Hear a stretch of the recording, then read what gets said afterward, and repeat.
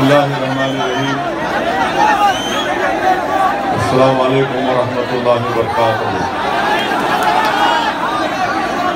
मोहतरम जनाब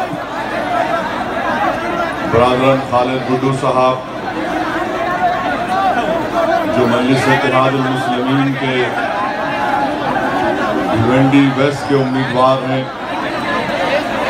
नशीन तशरीफ फरमा शादाब उस्मानी साहब, सदर मजलिस इत्तेहादुल मुस्लिमीन भिवंडी शहर, निसार मास्टर साहब, रिजवान साहिब उबैरे साहब, मौलाना उबैदुर रहमान साहब, हमजा सिद्दीकी साहब, एडवोकेट अमोल कामले साहब,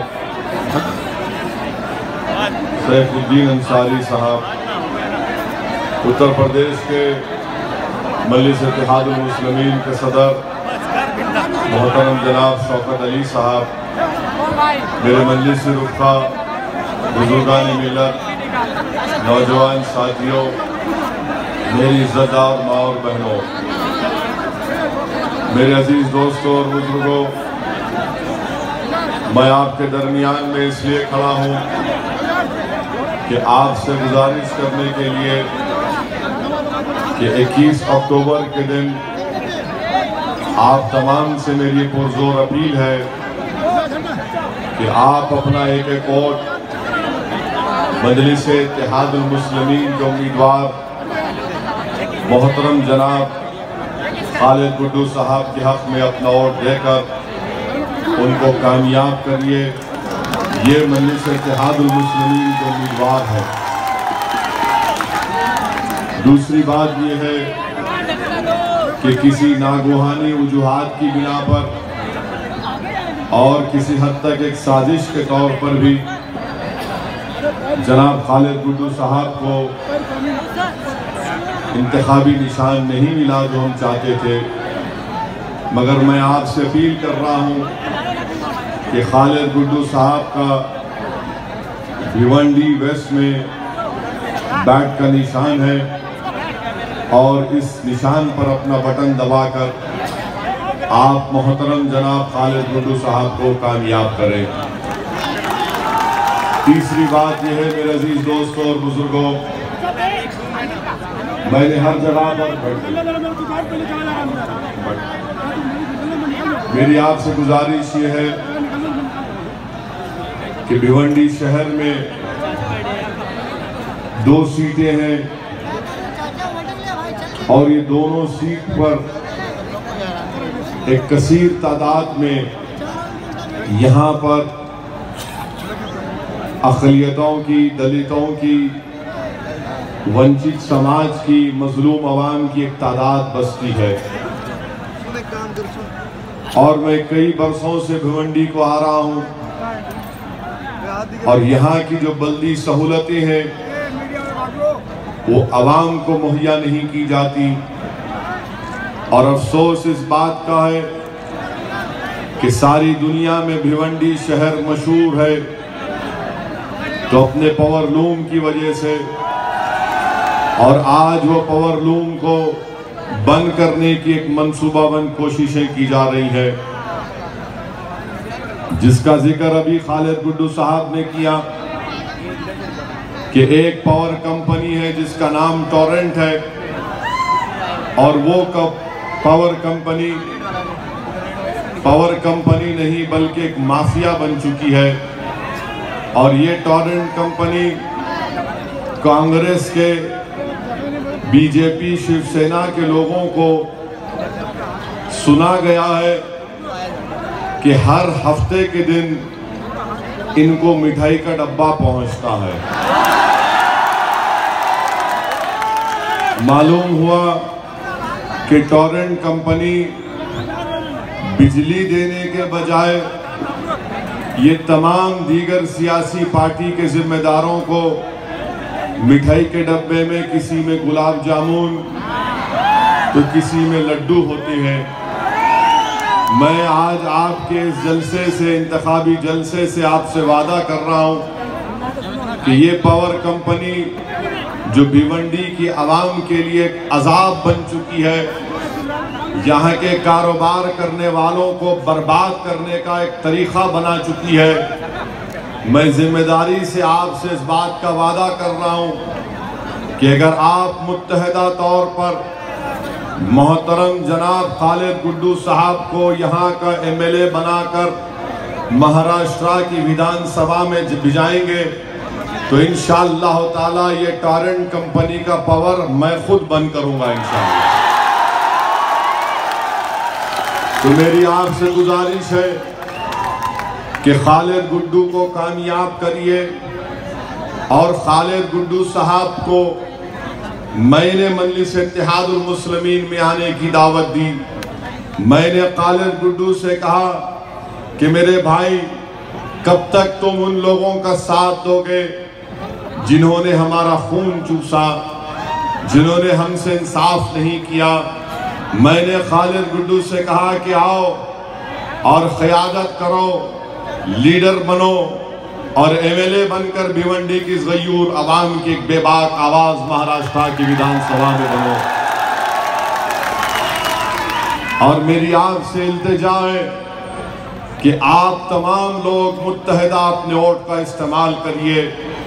मेरे अजीज दोस्तों और बुजुर्गों, पावर लूम के बारे में ये बताना जरूरी समझता हूं कि जब से नरेंद्र मोदी की सरकार ने नोटबंदी को नाफिज किया, पावर लूम इंडस्ट्री बर्बादी के दहाने पर आ गई। नोटबंदी का असर आज भी छोटे कारोबार करने वालों को हो रहा है और GST के लागू करने के बाद एक और कारी ज़र्ब पावर लूम इंडस्ट्री पर पड़ी। अब एक और पावर लूम इंडस्ट्री पर एक और अजाब आने वाला है। हमारी भारत की सरकार, नरेंद्र मोदी की हुकूमत RACP free trade agreement sign करने जा रही है। और अगर वो फ्री ट्रेड एग्रीमेंट साइन करते हैं तो चाइना का, बांग्लादेश का, वियतनाम का पॉलिएस्टर का फैब्रिक सस्ता हिंदुस्तान में डंप होगा। और याद रखिए, ना सिर्फ भिवंडी बल्कि मालेगांव, नासिक और तमिलनाडु की तमाम और उत्तर प्रदेश की ये तमाम पावर लूम इंडस्ट्रियां बंद हो जाएंगी।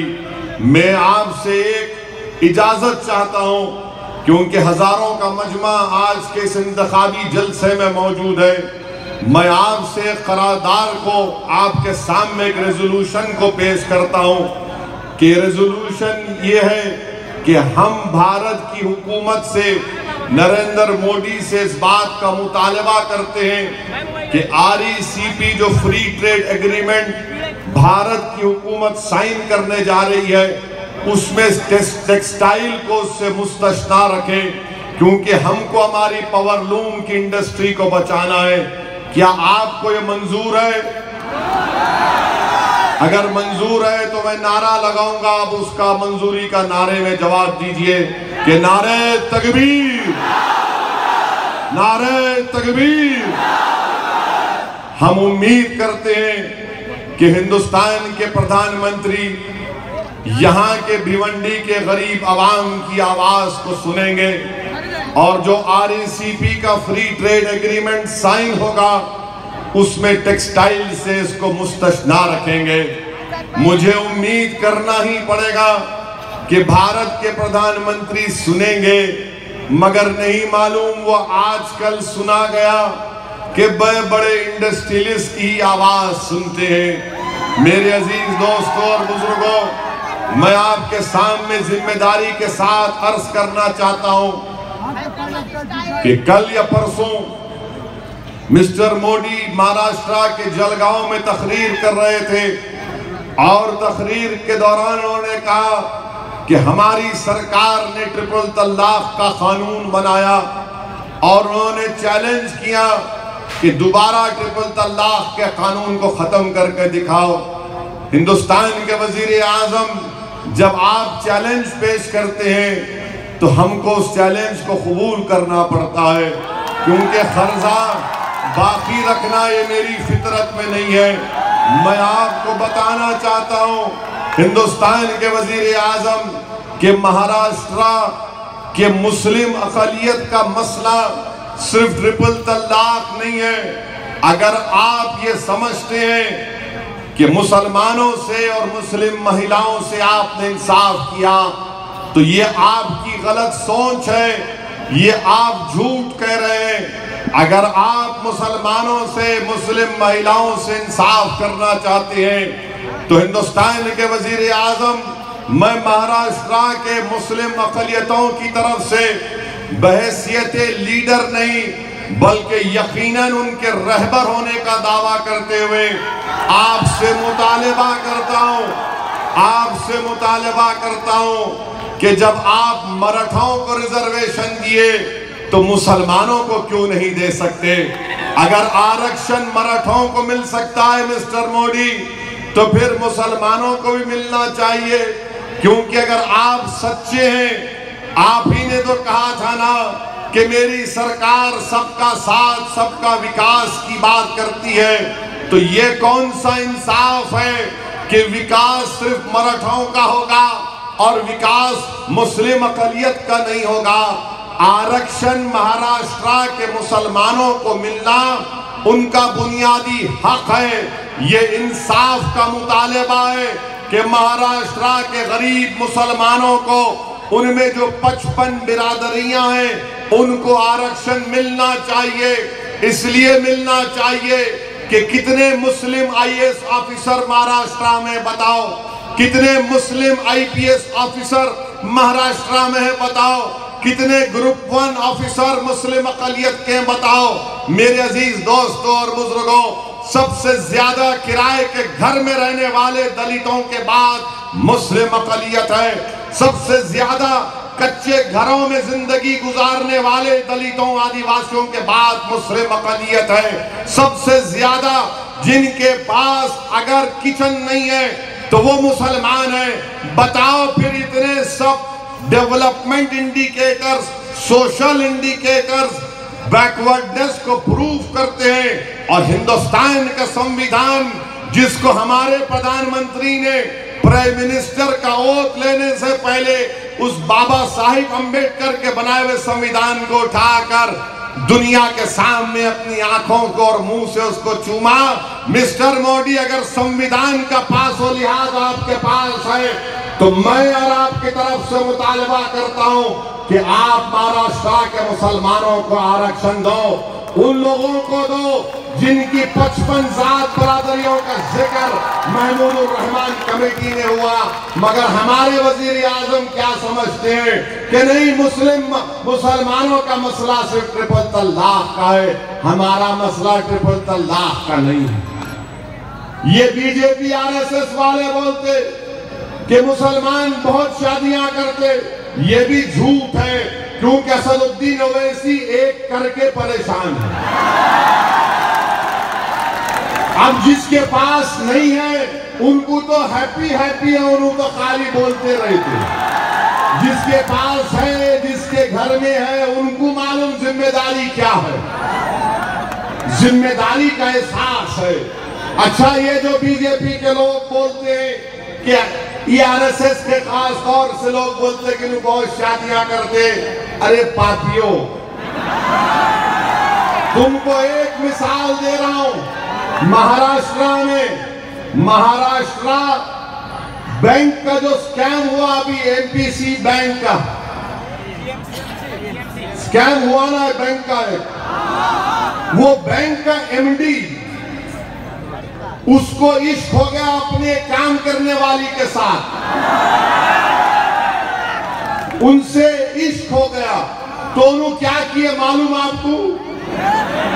पूना को उसको भिजाए, तू जा पूना, वहां घर उसको बैंक के पैसों से फ्लैट दिलाए, 15 करोड़ का कुछ फ्लैट दिलाए मोहतरमा को। वो मोहतरमा बोली कि फ्लैट से काम नहीं चलेगा मिस्टर, शादी करो।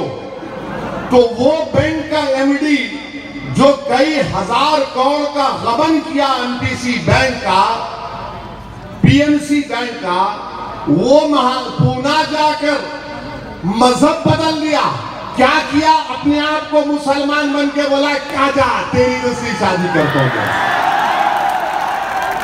अब आप बताओ, हम नहीं करते, हम एक में ही खुश हैं। आप कर रहे हैं और जो दो करा उन्हें 2 नंबर का कारोबार भी करके बैंक को डुबा दिया। अब बताओ कौन शादी कर रहा है?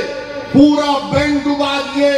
गरीब आवाम को कह रहे हैं कि सिर्फ 6,000 या 20,000, अब बोल रहे कुछ पैसे बढ़ा देंगे। मेरे अजीज दोस्तों और बुजुर्गों, हिंदुस्तान के वजीर आजम ने ट्रिपल तलाक का कानून बनाकर मुस्लिम महिलाओं से नाइंसाफी की है।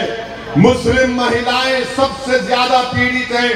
इस कानून से उन पर और जुल्म होगा और उन पर जुल्म होगा। आप मुझे बताओ कि कौन सा अक्लमंद वो आदमी होगा कि जब अगर कोई एक गधा किस्म का इंसान अपनी बीवी को ट्रिपल तलाक देकर शादी खत्म करता है, जो गुनाह है, कौन कोर्ट में आकर उस मासूम बच्ची के हक में कहेगा कि मैंने इस गधे को सुना ये बोलते हुए कि इसने 3 बार तलाक कहा?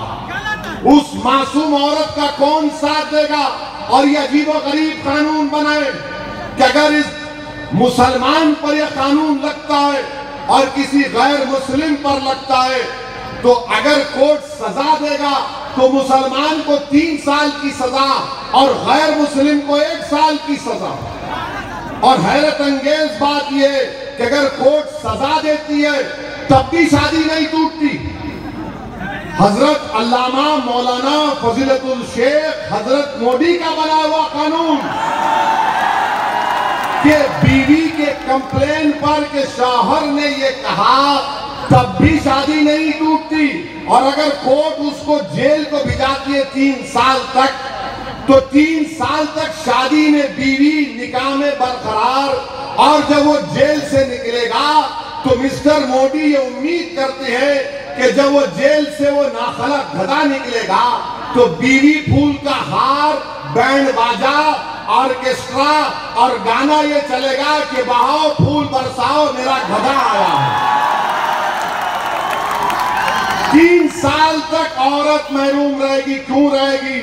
इसीलिए हम कहते हैं कि शादी टूटती क्यों नहीं? आप नहीं तोड़ना चाह रहे। इस मुल्क में कानून बनना चाहिए उन महिलाओं के लिए जिनका 2011 के सेंसस में जिक्र है कि 34 लाख हमारे भारत में ऐसी महिलाएं हैं जो शादीशुदा हैं मगर अपने शौहर के साथ दिल्ली में नहीं रहती। 34 लाख हैं। अब आप बताइए वो क्या करेंगी? उनके लिए कानून नहीं बनाना चाहते आप? मेरे अजीज दोस्तों और बुजुर्गों, दूसरी बात यह है कि बीजेपी की जब से सरकार बनी उस वक्त से मोदी ये दावा कर रहे हैं कि मैं 2 करोड़ नौकरियां दूंगा, 2 करोड़ नौकरियां दूंगा। आज हमारे भारत में 35 साल के बाद इतनी ज्यादा बेरोजगारी हो चुकी है। कितने 35 साल के बाद बेरोजगारी हुए? 6% से ऊपर अनएम्प्लॉयमेंट का परसेंटेज चला गया।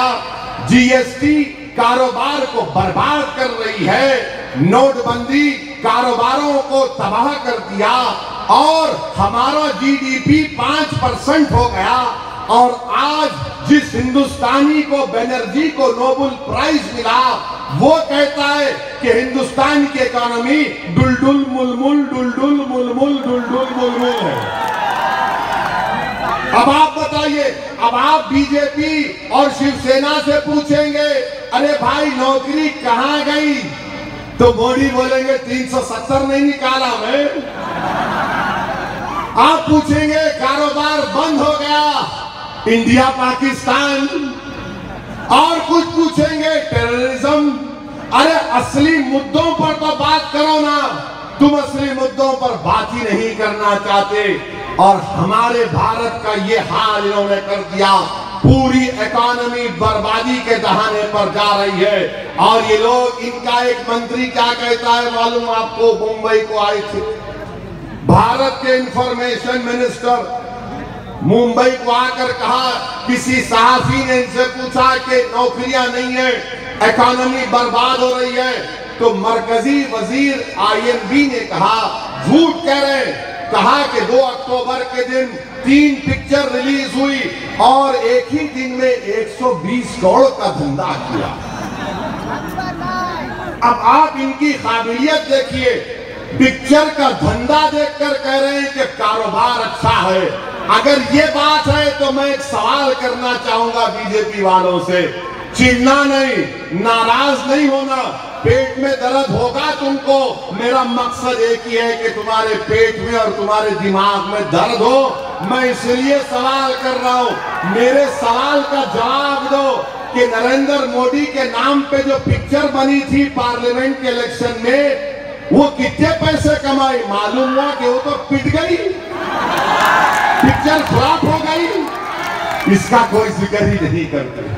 मेरे अजीज दोस्तों और बुजुर्गों, लोग आकर हमसे कहते हैं कि सेकुलरिज्म कि तुम मुखालिफत कर रहे हो, तुम्हारी भाषण से फिरका परस्ती में इजाफा होता है, तुम वोट काटने का काम करते हो और तुम फुला इल्जामात मुझ पर लगाते हैं। मैं उन इल्जामात का जवाब देता रहा और देता रहूंगा।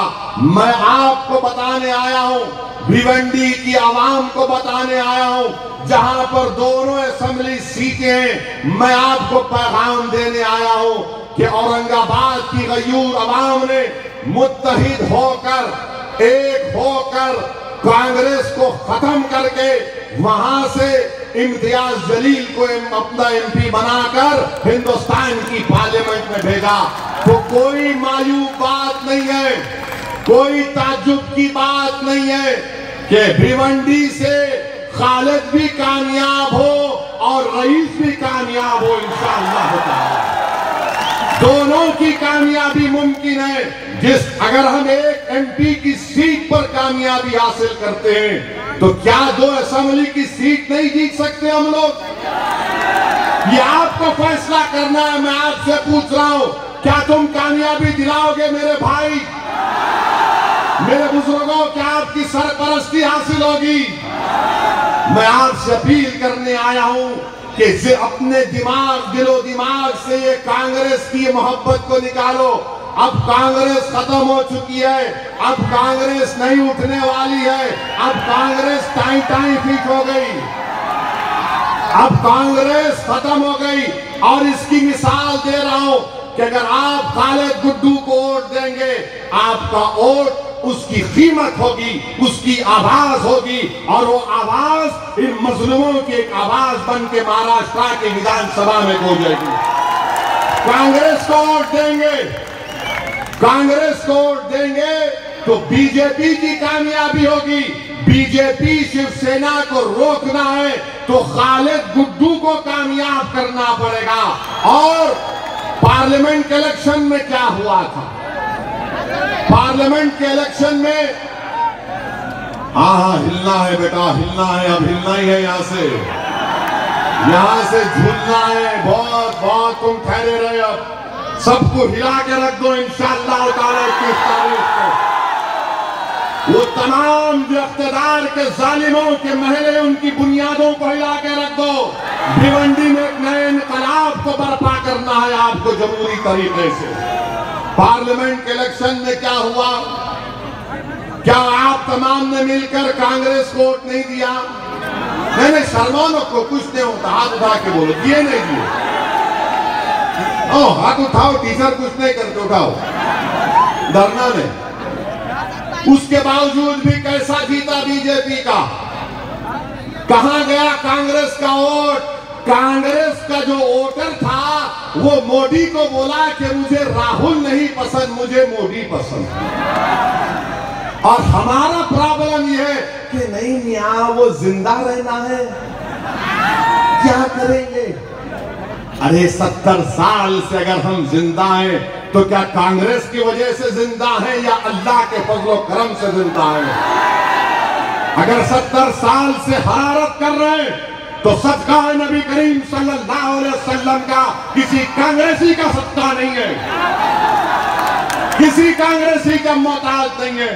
और याद रखो मेरे भाई, जिंदा रहना है तो हरकत करना पड़ेगा। जब जिंदा रहेंगे, हरकत करेंगे तो हरकत में बरकत होगी। और अगर हरकत नहीं करोगे, यही डरते रहोगे कि नहीं नहीं हमको क्या होगा, हमारे पास कुछ नहीं है। मैं तुम्हारे सामने अलल ऐलान कह रहा हूं, लिख लो मेरी इस बात को कि वतन अजीज भारत में एक अंधेरी रात छा चुकी है। ये अंधेरी रात बड़ी लंबी होने वाली है, याद रखो। मेरी बात को याद रखो। मैं तुमको डराने के लिए नहीं कह रहा हूं, मैं तुमको जज्बात में मगलूब करके ओटों के बटरने के लिए नहीं कह रहा हूं, बल्कि मेरी एक जिम्मेदारी है बहैसियत एक सियासतदान के कि अगर मैं तुम्हारे सामने सच को नहीं बयान करूंगा तो मैं अपनी बुनियादी ड्यूटी से उससे गलती कर रहा हूं। ये रात लंबी है और अंधेरी रात लंबी रहने वाली है। याद रखो, अगर तुम कांग्रेस के बैसाखियों के सारे इस अंधेरी रात में अपना सफर तय करना चाहोगे तो ये नामुमकिन है। ये नामुमकिन है। मुमकिन क्या है, मैं तुमसे कह रहा हूं कि अपने रिश्ते को अपने खालिक से मजबूत करो। अपने रिश्ते को अपने खालिक से मजबूत करो। अपने दिलो दिमाग में एतमाद को पैदा करो। अपने कुव्वते बाजू पर भरोसा रखो। अपनी आवाजों में वो हरारत पैदा करो। अब तुम बिल्लियों की तरह नहीं पुकारोगे, तुम अब शेर की तरह पुकारोगे इंशाअल्लाह ताला। तुम अपने पेशानियों पर बल नहीं लाओगे, तुम अपने पेशानियों पर पसीने को नहीं टपकने दोगे, बल्कि तुम अपना सीना साथियों को आगे बढ़ाकर अपने पेशानियों के से बल को हटाकर पूरे एतमाद के साथ इस अंधेरी रात में इत्तेहाद की ताकत के कुव्वत पर उसके बलबूते पर अपना सफर करेंगे। और याद रखो, कांग्रेस नहीं आ सकती। अब कांग्रेस नहीं आ सकती। अब मैं आपको कह रहा हूं, भूल जाओ, ये चैप्टर खत्म हो चुका है। अरे ये वो पार्टी है कि जब इनकी कश्ती डूब रही थी तो अगर समंदर में कश्ती डूबती है तो पहले कैप्टन सबको निकालता है। ये वाहिद पार्टी है कांग्रेस पार्टी जिसका कैप्टन पहले कूद के साहिल पे चला गया। कौन है कांग्रेस का, बताओ, कहां है कांग्रेस पार्टी? और मुझ पर इल्जाम लगाते कि मैं मुस्लिम फिरका परस्ती करता हूं, मुझ पर इल्जाम लगाते कि मैं भड़काऊ भाषण देकर नौजवानों को जज्बाती बनाता हूं। नहीं, ये झूठ है। मैं नौजवानों के दिलों में संविधान की एतमाद और उसकी मोहब्बत को पैदा करने का काम करता हूं। आप बताइए, ये कांग्रेसियों से पूछो जो खड़ा है, ये पूछो इसको। मुझे यकीन है कि मेरे दुश्मन, सियासी दुश्मन किसी चूहे की बिल में बैठकर एक शेर की आवाज सुन रहे हैं, तो सुनो मेरी बात। क्योंकि तुम्हारा लीडर अमेठी से क्यों हारा, शौकत है बताएंगे, अमेठी से क्यों हारे और तुम कैसा जीते केरला वायनाड से। अरे तुम हिंदू मुस्लिम करते हो, मैं नहीं करता हूं। वायनाड से तुम इसलिए जीते क्योंकि वहां पर 40% से ज्यादा अक़लियतों के वोट थे, वरना तुम वहां पर भी डूब जाते। वहां पर मजलिस नहीं गई, तुम बच गए, तुम बच गए। मगर भिवंडी में अब इंशाअल्लाह ताला मेरी आपसे दरमंदाना अपील है कि खालिद को कामयाब करेंगे नहीं करेंगे, खालिद को डालेंगे नहीं डालेंगे, और दूसरी कॉन्स्टिट्यूंसी से रईस को भी रईस बना के भिजाएंगे नहीं भिजाएंगे। दोनों को भिजाओ, महाराष्ट्र की विधानसभा में भिजाओ। ये शेरों की तरह बेबाक तरीके से गरीब मजलूम आवाम की आवाज बनकर भिवंडी की तरक्की के लिए करेंगे, काम करेंगे। अरे भिवंडी क्या नजर आ रहा है? ऐसा लग रहा है कि यहाँ पर कोई जंग हुई थी क्या? एक टैंक आया, आर्मी है, क्या खंडर बना के रख दिया। बल्दिया तुम्हारे पास और तुम शिवसेना से निकाह करके ओवैसी पर इल्जाम लगाते हो। भिवंडी म्युनिसिपल कॉर्पोरेशन में मियां बीवी की तरह कांग्रेस और शिवसेना रिश्ते अज़दवाज में रहते हो। अब मुझसे मत पूछो कि इसमें किसकी कौन जोरू है, मैं नहीं जानता कौन किसकी बीवी है। समझाने के लिए कह रहा हूं कि जब तुम मुझ पर इल्जाम लगाते तो तुमको शर्म नहीं आई कि तुमने बल्दिया में शिवसेना से इत्तेहाद किया? कहां गए उतने पैसे, कहां गया डेवलपमेंट, कोई पूछने वाला नहीं है। मेरे अजीज दोस्तों और बुजुर्गों, आज मुल्क में सेकुलरिज्म का अगर कोई नाम लेता है तो मुझे तकलीफ इस बात की होती है कि हमारे वतन अजीज का सेकुलरिज्म अब एक बिस्तरे मर्ग पर है, अस्पताल के वेंटिलेटर पर है। और जब बात अस्पताल की आई तो आपके पास भी कोई अस्पताल नहीं है। क्या किए पूछो ये कांग्रेस से, ये शिवसेना से, बीजेपी के लोगों से। सेकुलरिज्म कहां है मुझे बताओ। जब हिंदुस्तान की पार्लियामेंट में सिर्फ 23 मुस्लिम अकलियत जीत कर आते हैं, 17.5 करोड़ की मुस्लिम अकलियत की आबादी, हमारी democracy participative form of democracy है, शिराकतदारी की जमहूरियत है। अरे जब शिराकतदारी की जमहूरियत में हमको हमारा हिस्सा नहीं मिल रहा है तो फिर कहां है सेकुलरिज्म? हम क्या सिर्फ वोट डालने की मशीन है? आप बताइए मेरे अजीज दोस्तों और बुजुर्गों, कहां गया सेकुलरिज्म के खिलाफ आवाज उठाने वाले, उसकी हिमायत में तायीद करने वाले? अरे अमित शाह ये कहता है बहैसियत वजीर दाखिला, हिंदुस्तान के संविधान पर ओथ लेकर, हल्फ लेकर अमित शाह ये कहते हैं कि हिंदुस्तान की शहरियत सबको मिलेगी, उनको मिलेगी जो मुसलमान नहीं है। क्या ये हिंदुस्तान के संविधान के खिलाफ नहीं है? क्या ये राइट टू इक्वालिटी के खिलाफ नहीं है?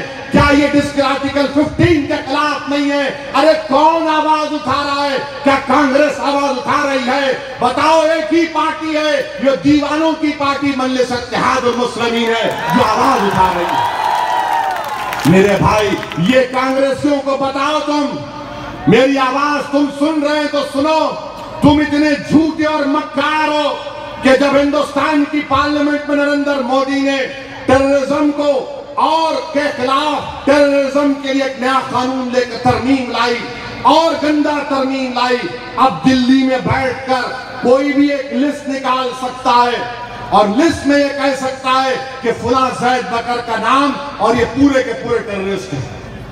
लिस्ट निकाल देंगे। दिल्ली में बैठकर एक इंस्पेक्टर ऑर्डर पास करेगा कि भिवंडी की जायदाद हम इसको कॉन्फिस्केट करते हैं क्योंकि इस जायदाद से टेररिज्म के प्रोसीज में इस्तेमाल हुआ। जब यह कानून लेकर लाया गया, कौन उसकी मुखालिफत किया? कौन उसमें तरमीमात किए, डिवीजन का मुतालबा किया? कौन इस कानून की तारीफ किया? यही कांग्रेसियों ने इस बिल की तारीफ की। मैं जानता हूं, मैंने पढ़ा यूएपी एक्ट, मैंने देखा यूएपी एक्ट में जब उन बच्चों की दास्तानें पढ़ता हूं तो आंख से आंसू नहीं खून निकलता है। 10-10 साल, 12-12 साल बच्चों को जेल में डालकर उसके बाद उनकी रिहाई होती है। एक राजस्थान की जेल से बच्चा निकला 12 साल के बाद, जब अपने घर को गया तो मालूम हुआ कि अम्मा का इंतकाल हो गया। अम्मा की खबर पर गया और जाकर अम्मा की खबर पर लपेटकर रो रो कर पुकार रहा था कि अम्मा, आज मैं 12 साल के बाद आया हूं और मेरा इस्तकबाल करने तू नहीं है। यह कांग्रेस पार्टी ने उस कानून की तायीद की पार्लियामेंट में और मुझ पर इल्जाम लगाते हैं। अगर मेरी जबान कड़वी है तो तुम लोगों की वजह से, और मैं तुमको बता रहा हूं कि जब तक अल्लाह मुझे जिंदा रखेगा मैं बोलता रहूंगा, लड़ता रहूंगा, खामोश नहीं बैठूंगा। मेरी मौत मेरी आवाज को खत्म कर सकती है, किसी हुकूमत का जबर, किसी पार्टी की ताकत असदुद्दीन अवैसी की आवाज को नहीं दबा पाएगी इंशाअल्लाह। मेरे अजीज दोस्तों और बुजुर्गों, मॉब लिंचिंग होती है भारत में, हमारे वतन अजीज में। ये गांधी का मुल्क, ये अंबेडकर का मुल्क, और इस मुल्क में जहां पर हमने अपनी जानों को कुर्बान करके इस मुल्क को आजाद करवाया, आज इस भारत में, इंडिया में मॉब लिंचिंग होती है।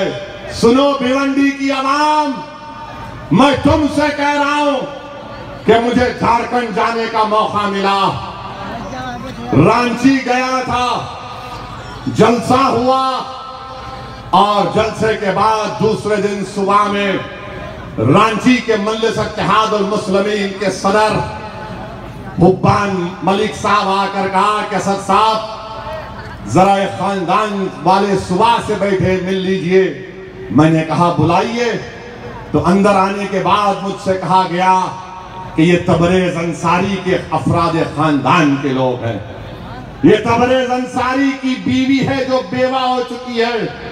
भिवंडी की मेरे अवाम, भिवंडी के मेरे बुजुर्गों, मैं तुमसे कह रहा हूं कि निकालो अपने जहनों से कांग्रेस की इस नापाक मोहब्बत को। देखो ये जो जुल्म हो रहा है भारत में मॉब लिंचिंग के नाम पर, मैं तुमको शाइस्ता का पैगाम पहुंचा रहा हूं। जिस बच्ची के हाथ की मेहंदी नहीं उतरी थी, उसके शौहर को चोर कहकर रात भर बंद करके मारा गया, पीटा गया।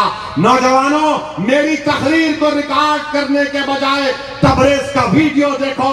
तबरेज अंसारी को जब पूछा गया मार मार कर कि बता तेरा नाम क्या है, तो तबरेज ने कहा कि मेरा नाम सोनू है, सोनू है। जब जालिमों ने पूछा उससे कि बता तेरा असली नाम क्या है, तो तबरेज अंसारी ने गलती से कह दिया कि मेरा नाम तबरेज है। उसके बाद वो मारने वाले यकीनी तौर पर नाथूराम गोडसे की जायज औलाद थी, खूब मारा तबरेज को।